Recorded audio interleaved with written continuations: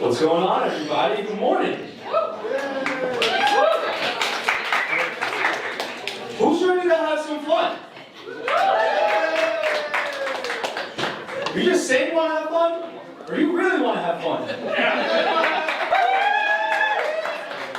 Awesome. We're about to have some real fun anyway. So, my name's Manfre. I'm the host and producer of the Sport Profile. I'm going to tell you why that little interaction we just had actually has a lot to do with what we're going to be talking about today. So you might see me posting on social media about the Sport Profile, obviously. Women's college basketball, or the WNBA. But you know that little interaction right there? It was actually from Seinfeld, season 5, episode 14. It's my favorite show. Oh, and just by the way, I'm going to just put a disclaimer out there right now. If you think you need me on December 18th, 2026, no you don't. Do not need me. I will be in a movie theater watching Avengers Doomsday. I have been following the rumors, the leaks, everything. So if you think you need me on December 18th, don't. Just don't. But now we're 1% closer. You know that Seinfeld's my favorite show, and that I take Marvel very seriously. And getting 1% closer is what I do with all my guests on the Sport Profile. And that's what we're going to do here today with Laase, Jackie Powell, and Tim Wood of EssentiallySports. So without further ado, let's go beyond the byline with the Sport Profile. Eden, Jackie, Tim, welcome to the Sport Profile. Thank you so much. It's a pleasure to be here. Great to be here. Eden, I guess I could say welcome back. Yeah, To the thank you Sport so Profile? much. Thanks for having me again. I appreciate it. Yeah. So, something I'd love to do is just getting to know people for who they are. And Eden just ran a 10K, and it was her first, I believe. We were talking about, on our last episode, which you could watch, about runner's highs and what that's like. Did you actually get a runner's high, or no? I actually did. I think I was just giddy because I was, accomplishing a goal that I had, which is a big deal to me because when I've been practicing, I was like, I'm getting a lot of runner's lows here, but I'm not feeling it. But then actually doing it, it was like a really great, it was an accomplishment. I did it with one of my cousins. It was a Boston 10K for women, so like, I'll do anything for women, right? Like, that was where my high came from. Oh, for sure. Now, obviously, with reporters and PR people, I think their version of a runner's high, maybe when you get an exclusive, or if they pitch a story and it goes super well. But with Eden specifically, she's writing about those exclusives with the most creative pen collection, and I just need to ask about that. Yeah. We talked about how it could be possibly a series, so I would love it if you would educate everybody about your extensive pen collection that you're writing all these exclusives with. Yeah, obviously I'm like writing my actual stories on a laptop, but when I take notes, like at Which an is event, important. Note taking is important. Yes, like when I'm taking notes, like at an event, and I, don't want to be doing it on my notes app, or I don't want to be like involved and really in the moment. I'm usually taking notes like with pen and paper. And I was at a thrift store one time and I found a pen, like a lobster pen, where you press it down and its little arms are like. And I really liked that. And so that was my first one, and I took notes of that. And then since I've just been collecting fun pens. I got one for cats. I just got one with a little wiener dog and a beret, which is very fun. It just kind of, makes some of the mundane things a little more interesting, and gives people something to talk to me about when they are like, hey, why are you at this game with a wiener dog pen? Just showing up to the final four with a wiener dog pen? Basically, yeah. Can you do that? I don't see why not. I mean, Please. They do have their rules about like NCAA sanctioned cups, but I don't think they have any rules about pens yet. That's true. I forgot about the cup rule. It's only like Jack. It's only like a Gatorade cup, right? Is it Gatorade cup? Yeah, Gatorade or Powerade now? It's Powerade, is it not? I think it's Powerade still. Yeah, is it the Pepsi brand? So yeah, I think it's Powerade. But yes, when you're sitting on press row at the Final Four, if you have any sort of other water bottle, they ask you either to throw it out or put it away or to dump it into their Powerade cups. Pretty intense. Has that ever happened to either three of you? Yes, and it makes me feel like I'm like getting scolded. Like, but they do have like huge signs that say like only NCAA cups beyond this point. So they're very serious about I it. respect the branding. Yeah. Yeah, I respect the branding. I mean, we'd ask them to do the same for us, so I I think so. yeah. I'll pour it in for sure. Pour it in. I mean, yes, the NCAA is a stickler about many things, but I think the funniest part is that they are stickler about cups. I think, obviously, working in media, people might say like, oh, turn your media pass around. That's been said to me. You don't need to do that. Don't do that. Let it show. I'll work hard on this one. But, it's fun. But it's awkward. Somebody coming up to you and saying like, just throw out a cup. I don't know. That's just me. Yeah, I'm gonna make it work. Right. What's your drink of choice covering a game then? Are you water, Powerade, coffee, or Tim writing a big story? I know your stories are very long, but what would you say are your three's drink of choice when you're, deep in work? Definitely Powerade. Quite honestly, definitely. Color? Yeah. And some coffee. Absolutely. Never Red Bull. Never read. Never. I'm not a Red Bull guy. Got it. What color Powerade? Blue. Correct answer. Thank you. Good answer. You want my answer on this? Of course. Well, I just put a cup down, and in that cup was black tea. And so that is usually, when I'm at a game, that is one of the first things that I make sure I have. I'm like, okay, is the hot water there? Are there tea bags? Can I get a black cup of tea? Can I get a green cup of tea? And so usually tea and water, that's where I'm most comfortable. Yeah, I always have water for hydration and then either a coffee or a Diet Coke for energy. Never had a cup of coffee in my life. Really? No. Couldn't be me. Couldn't even tell you how to make a cup of coffee beyond a Keurig. So that's just pressing the button. Yeah, I mean, Keurig's easy. You Right. can make that happen. Oh, for sure. But something I wanted to know about Jackie specifically is that, like many of you in New York, a lot of people love museums. Good museum scene here, and Jackie knows probably more about museums than certainly me. I would love to know, one, what is your favorite New York City museum, and also your favorite style of outfit to wear to a museum? Because it's something I know about you, you love to pair those two together. Well, to be clear, this is very much so a Dylan Manfre characterization. Is it not true?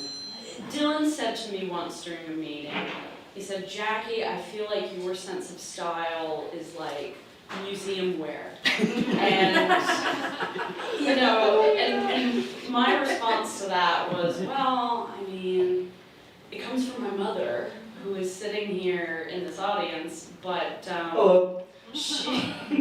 I grew up going to many museums. That was just something that was part of my upbringing, part of my childhood into early adulthood, and you know, I was just very exposed to not just art, but culture, and if it means, sometimes, you know, there are science museums as well. I think it just, I was instilled with a culture of always being a student, and I think that very much so, it makes sense that I'm a journalist, you know, like, I was a kid who was always in places where you could learn. Museums are places where you can learn and explore and experience something new or something that's a part of history.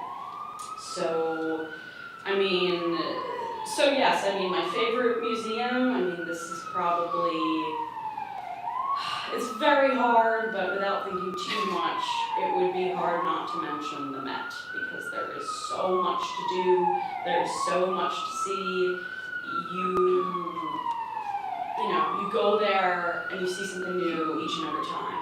And that's sort of what I want to try to do as a journalist. You know, you want to see something new, be able to tell us a new story each and every time you're experiencing something. Oh, for sure. And for Tim, speaking of like, you know, going off of experiencing new things, Tim moved from, I think it was, you know, up here in New York, down to South Carolina in about 2005, I think you said? Yes. That's you know, some might call that a new environment. Personally, for me, I would call that a new world. But what was the culture shock like, you know, when you actually got down there? You know, what were the biggest differences for you? And did you have any trouble adjusting? What was the culture shock like for you? Because I'm sure it's something that we've all experienced at some point in our lives. So I went to school at Fordham up here and stayed and worked for the Yankees for 3 years. And so after 9/11, we got out of the city a little bit, and I actually got an offer to be the general manager of the Savannah Sandats minor league baseball team. So that's how I ended up. I got that call on a Saturday, went down for the interview on Tuesday, and moved on Friday. In 1 week? With my 6 week. My first son was 6 weeks old at the time. So my wife, Debbie, is insanely amazing. She pulled that off in terms of selling the house, moving down to South Carolina, moving down to Georgia. And so it happened. Is that a record for It was an that process? insane shock. It was an insane culture shock.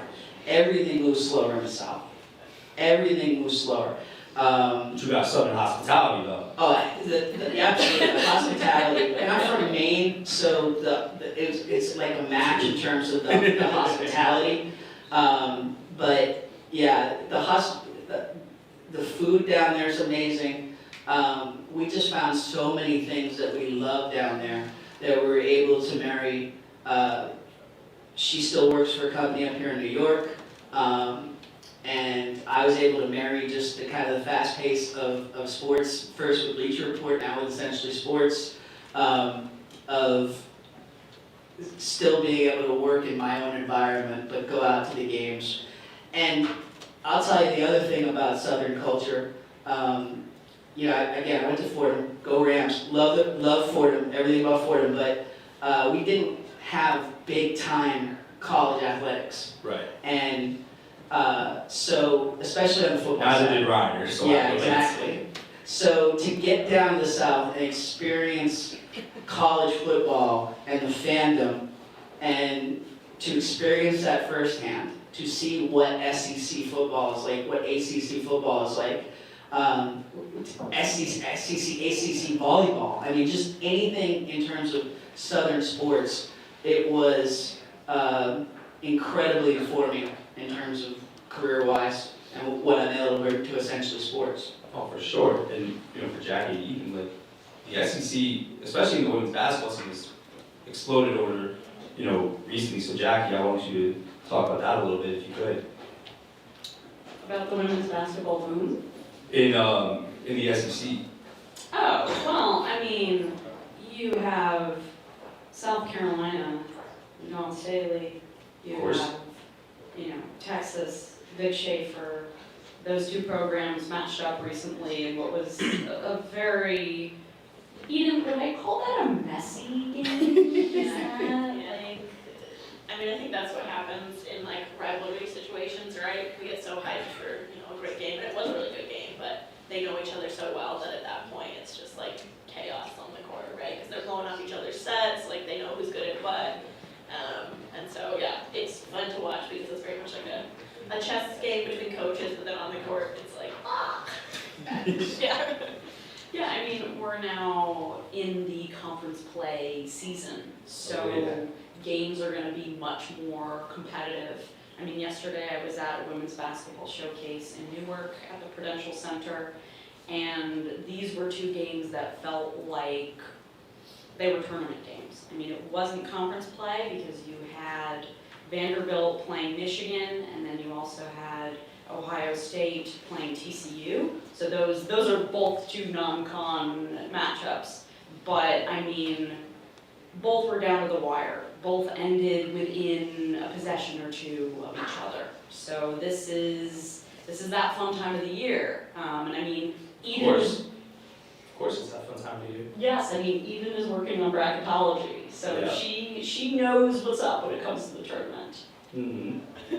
So that's actually something I wanted to ask you about, Eden, is, with all the stories that you are working through, you're most recently doing your bracketology, how are you kind of prioritizing like the authentic storytelling within your writing specifically? And that's something I'll ask the three of you is, it's something that we all say that we want it, but few actually do it. These three are folks who do it. You guys prioritize it. You see it if you read their work, and you see it if you know them as people. So how do you prioritize like authenticity and being your most genuine self when you are telling your stories? Yeah, I would say, bracketology is a totally different beast. Like, you're just essentially doing math to try and figure out, where the committee is gonna seed different teams. So in terms of like authenticity and like really telling stories, I don't know if it necessarily applies there. But in like my general reporting, I do mostly feature writing, and in that it's really key to get kind of to the core of who a person is, right? Because I think that is what we can all relate to, I wrote a story a few years ago about Cameron Brink, and I can't relate to being a basketball player like Cameron Brink, but I could relate to a lot of the things she was saying about, her struggles with mental health and anxiety. Sure. And so I think those are the things that I really like to touch on. I think that's what makes sports great, is the people behind them. And, to me, authenticity is learning who someone is and being able to share that with the rest of the world. Oh, for sure. And Jackie, I know that with, everybody says this business is relationship focused, and it is. So, and I just know there's so many misconceptions out there between, PR folks and journalists.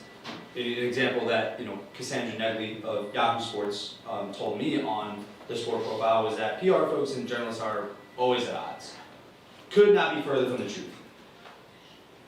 Certainly not true in my experience. But, for Jackie, I wanted to ask you a little bit, like, what's maybe one misconception that, maybe you've experienced or, want to articulate that, or like about the PR journalist relationship? So to be clear, I think my colleague and good friend Cassandra has a great point.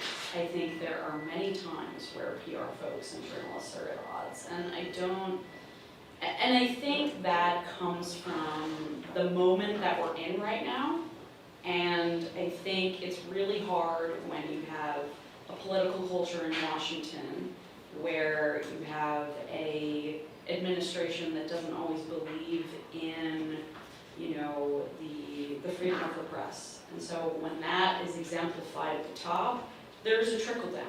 And if you see that the president is doing something or saying something, others are going to see that, and that type of energy, that type of environment, it's going to be exemplified in a different type of situation. And so I think that is what has created some of these tensions, but I don't think they have to be there. I think what both parties need to understand is that we both have different jobs to do.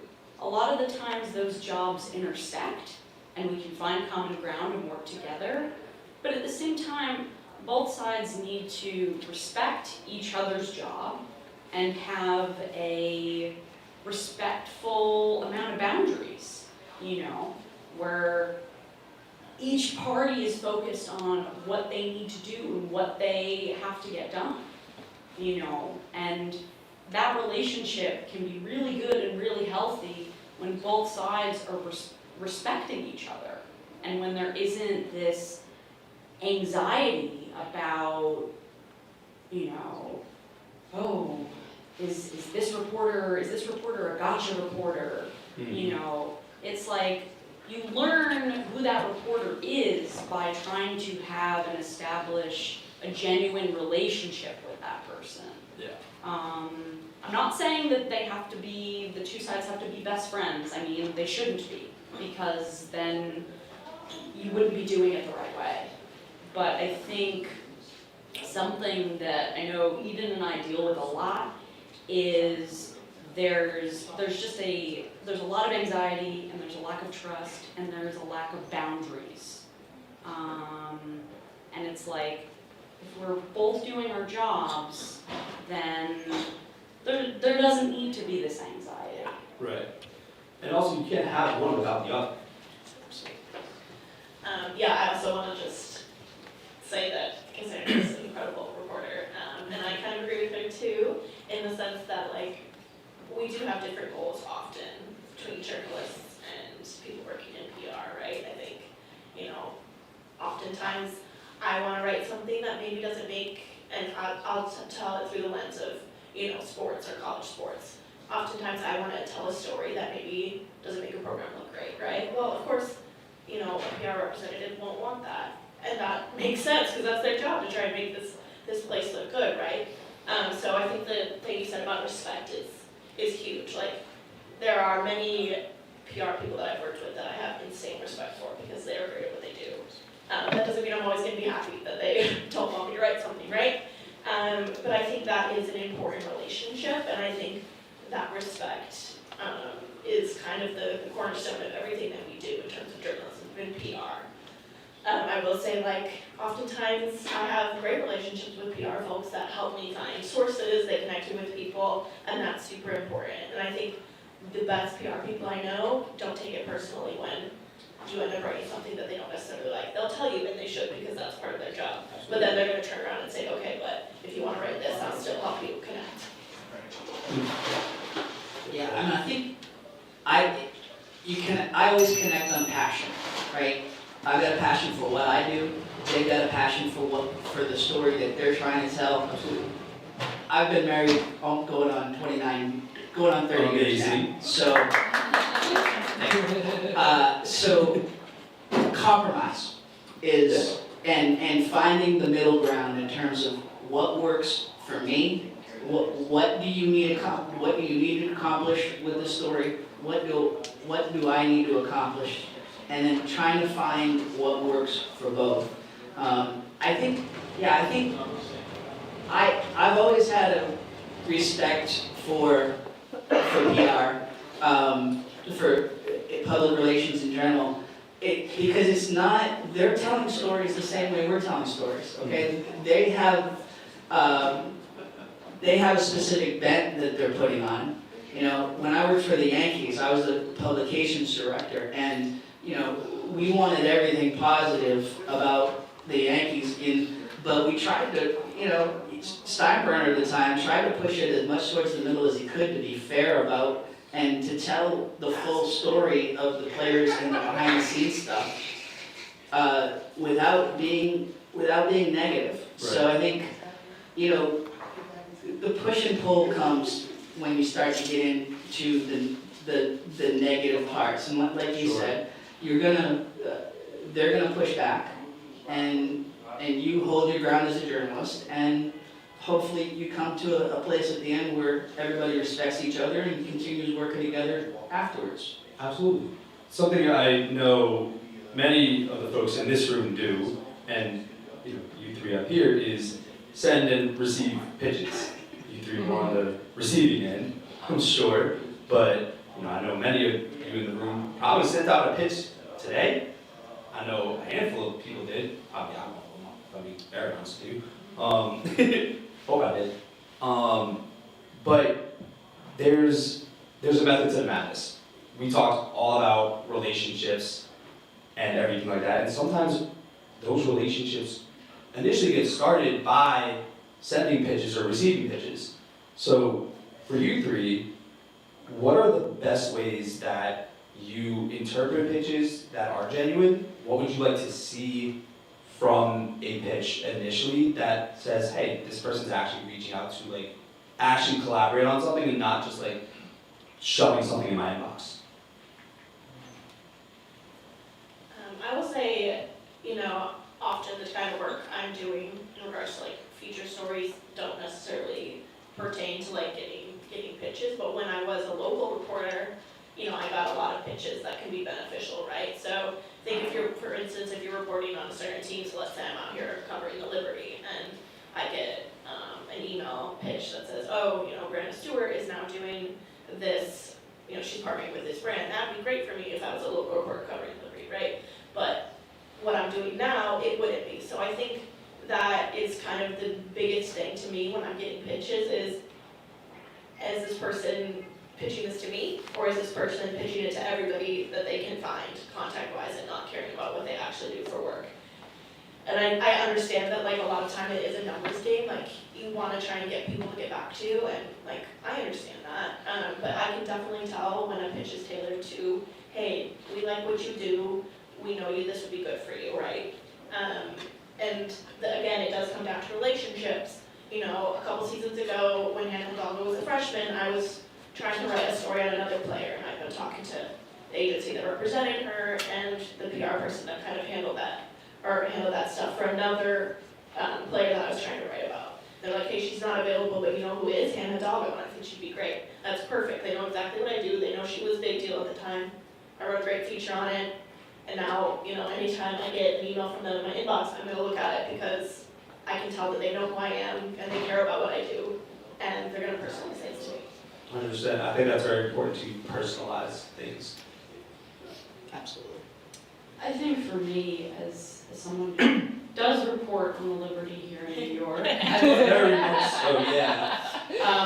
I love that example, by the way, and I think sometimes when I get those pitches about what Liberty player X is doing, what I find is a struggle is I don't always understand the connection that player may have to either what they're doing or to the product.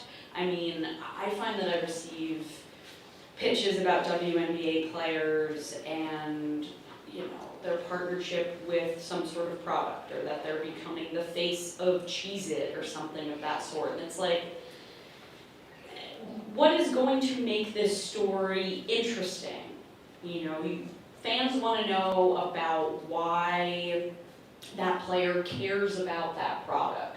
I don't often write stories about player endorsements. I don't do that because what I'm often looking to do is to understand who these people are, and unless there is a connection between a player and whatever product they're promoting or partnering with, then it's hard to really dive into that story. So I guess my recommendation to PR folks in the room is, to work with us and make it a little bit easier for us to sort of understand what the story is. Not that player X is going to become the official face of this, you should pay attention to this, you should write a story on this, but I often cover stories from the perspective of why and how.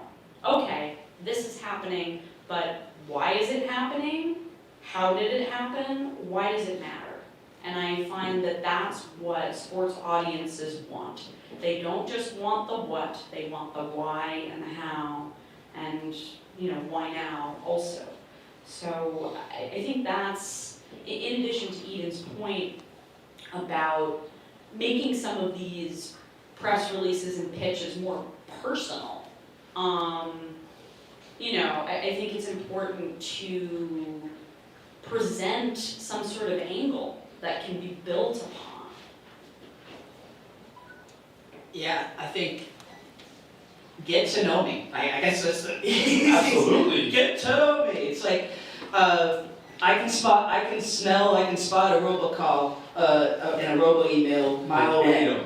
And some of the best pitches I've gotten recently, for instance, MikeWorldWide pitched us on Khalil Shakir and pitched us on his connection with Kelly Blue Book, but pitched it from the perspective of understanding how NFL players manage their finances. Mm-hmm. And that's a huge topic in terms of just the dollars. And you hear about all these bankruptcies of players, and from how Essentially Sports covers things in terms of from the fan perspective, those are the type of things that we want the inside angle on. So for them to, like you said, personalize a little bit, find that angle in. I had a pitch about, they specifically mentioned when we were doing an interview with Byron Scott. He's doing this show, America's Real Deal. It's like a Shark Tank type show. And they specifically mentioned our podcast, our think tank business podcast, in the pitch, in terms of understanding what we do. So the also more just shows you they're looking. Absolutely. The more time you spend tailoring it to me, that's how it's going to jump out of my inbox for sure. Oh, for sure. And I know Essentially Sports is going through a rebrand too recently, so I wanted you to articulate that a little bit, because that also is going to help you articulate to many of your readers and the people you work with how you guys are prioritizing like authentic storytelling through fans' perspectives. Yeah, I think we're just kind of it's a brand refresh. It's kind of a cleaner look, a newer look for the site. But what I love specifically in terms, we're always trying to get in, like you said, what's next, what's now, with the fandom of each one of these fan bases. And so a lot of the rebrand a lot of the focus of our rebrand is team colors, and just focus.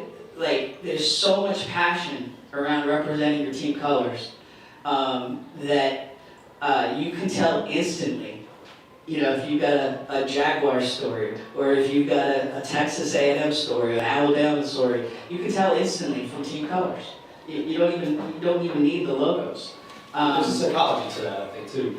What's that? There's a psychology to that, too. Absolutely. But it goes right to the heart of fandom. It goes right to the heart of what what we're so passionate about when we get connected, whether it's women's basketball, track and field, whatever your passion is. And that's a lot of what we are focusing on with Essentially Sports. Oh, I think that's great. So guys, to wrap up, there is one question I do ask everybody at the end. You are this one. So, and I worded very specifically, so professionalism aside, like just your career and journalism aside, Eden Laase, Jackie Powell, and Tim Wood, what's something you like most or admire about yourself? Yeah, I think my answer hasn't really changed from when I was. I was gonna say what if it did. I was gonna ask if it did. No, I think I am very proud of the empathy that I have for other people and kind of the heart that I have for the people that I care about. I think no matter what, thank you, no matter what I do in my career or my life, I know that the people I care about know how much I care about them and know I do anything for them. And people that maybe don't know me as well can understand that like I will see where they're coming from and I will respect and have empathy for them. And I think that's kind of the point of being alive, right? Is understanding your fellow human Of and course. finding ways to connect and care about each other. And even I think that very much so applies to the work that we do, because with that quality, you're able to connect with these athletes and coaches as humans, and you can get them to be vulnerable. So I love that about you, and in working with you all these years, seeing you on press row and reading what you write, I very much so feel that. So, of course. As I told Dylan, this question is very hard for me, but Sorry. it's okay. Not really. After thinking and noodling on it a little bit, I think for me it's my persistence. And I think the vision that comes with that persistence. And for some, that could be interpreted as stubbornness or bullishness, but I think as someone working in the women's sports space, I couldn't not be persistent, because this has been a space that has been lacking for proper coverage and proper storytelling and proper historian-like coverage. I was having trouble trying to find the words there, but the reason I do this work is because I think about all the time the amount of women's stories that have gone missed. And, whenever there is, if it's a feature story, if it's a TV show, if it's a film that is amplifying a woman's story that we really don't know, that really speaks to me. And so to be able to do that, you need to be persistent. You need to believe in the work that you're doing. And I mean, listen, I could have given up years ago, because as Eden could attest to as well, this is a very hard business. Mm-hmm. And it's very hard to be financially stable in this business. But I think what I like about myself is that I didn't want to give up on this, because I think it means more than just covering a sport because it's what you do. It's because we're trying to change the way that history is being told. It's great answers. I just want to say, hell yeah, Jackie, I'm so glad you're persistent. Me too. It really, it's a hard question. I'm more critical of There's myself. no wrong answers. But the persistence, I think personally, I'm loyal. I think folks who know me, I am loyal to the end with folks. Once you show that you're worthy and you accept me and we find common ground, you're my people. In the business, I think the persistence, I think about the ability to adapt. I think from the business side and Right. knowing trends, understanding what's coming next, and the ability to adapt to that, and then just finding the right people to work with to work through those passions. And that's why I'm loving the work with EssentiallySports. Absolutely. I found my people. You bet. Guys, thank you so much for coming on. Thank you all for coming here today. Thank you for MikeWorldWide, Breakout Sports Broadcasting, for sponsoring this, and Coffee Communications as well, and of course, EssentiallySports. I hope you guys had an awesome time. It means a lot to me that you all came because you love authentic storytelling, you love being yourselves, and I hope we can continue to do more of that in the new year.